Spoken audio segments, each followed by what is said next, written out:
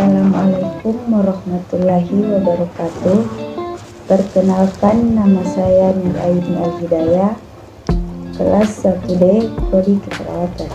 Baiklah, di sini saya akan menjelaskan tentang proses peredaran darah pada tubuh manusia. Sistem peredaran darah itu melibatkan paru-paru, jantung, dan seluruh tubuh. Jadi, jantung itu memompa darah ke paru-paru, kemudian menuju ke seluruh tubuh. Darah itu mengalirnya melalui pembuluh darah. Jantung itu terdapat 4 ruangan. Yang pertama serambi kanan atau atrium kanan, dan yang kedua bilik kanan atau ventrikel kanan. Yang ketiga serambi kiri atau atrium kiri, dan yang terakhir bilik kiri atau ventrikel kiri. 4 ruangan ini kita pisahkan sekat. Sekat itu mencegah darah tidak bercampur. Jantung akan memompa darah, jadi ada perjalanannya.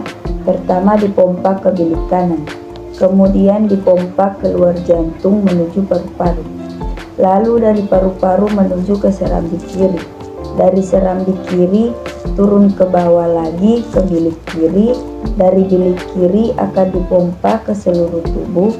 Kemudian dari seluruh tubuh akan kembali lagi ke serambi kanan.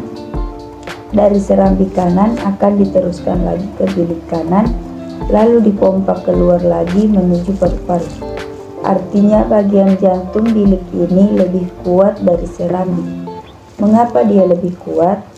Karena fungsinya memompa darah itu ditekan, didorong sekuatnya keluar dari jantung. Sedangkan bagian serambi hanya menerima darah. Darah akan menerima oksigen.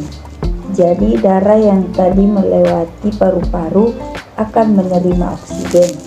Nah, darah yang mengandung oksigen ini dari paru-paru diteruskan ke serambi kiri.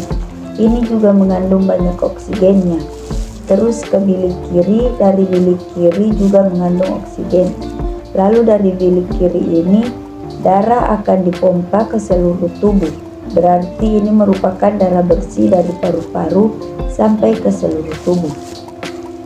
Kemudian dari seluruh tubuh, darah itu akan membawa oksigen. Oksigen itu digunakan untuk proses pembakaran menghasilkan energi. Energi ini digunakan untuk aktivitas kita. Nah, yang dinamai dengan pembakaran itu akan menghasilkan karbon dioksida. Karbon dioksida akan membawa darah kembali ke jantung serambi kanan. Lalu serambi kanan nanti akan berisi darah karbon dioksida. Diteruskan ke bilik kanan, maka bilik kanan juga mengandung banyak karbon dioksida.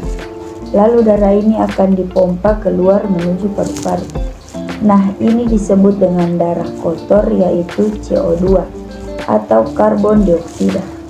Nah, bagian kanan jantung mengandung banyak darah kotor, sedangkan bagian kiri jantung mengandung banyak darah bersih.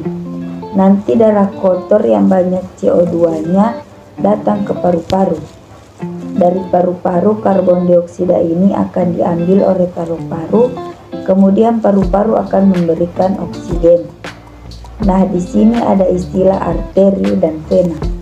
Tadi kan sudah cara kerja alat peredaran darah. Alat peredaran darah ini terbagi dua. Yang pertama, alat peredaran darah besar dan kecil. Peredaran darah besar, jantung bilik kiri menuju ke seluruh tubuh dan akan kembali ke jantung. Darah dari bilik kiri jantung menuju ke seluruh tubuh, itu melalui pembuluh darah. Nah, pembuluh darah yang keluar dari jantung itu disebut arteri. Kemudian darah akan kembali lagi dari seluruh tubuh menuju ke jantung. Bagian kanan ketika dia kembali, dia akan melewati pembuluh darah. Juga pembuluh darah yang dilewati disebut vena. Peredaran darah kecil. Dari jantung bilik kanan menuju ke paru-paru. Dari paru-paru menuju ke serambi kiri. Darah keluar dari jantung menuju ke paru-paru, melewati pembuluh darah arteri, kemudian dari paru-paru kembali ke jantung, dia melewati vena. Baiklah, mungkin hanya ini yang dapat saya sampaikan.